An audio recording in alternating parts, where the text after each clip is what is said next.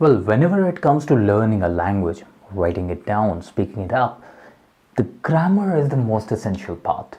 Remember, grammar is basic, and if you're making a basic level mistake and then you are showing your advanced vocabulary word, advanced expressions, it cannot be the combination of advanced and basic.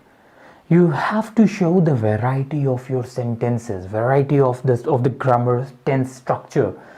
It cannot be like you have strong grip on one or two tenses and you're writing all your essay, your task 1 or might be task 2 using one or two tenses only. You have to show the combination of different tenses. Only then your writing will be enjoyable to read and will give a positive and a very strong impression on your examiner's mindset.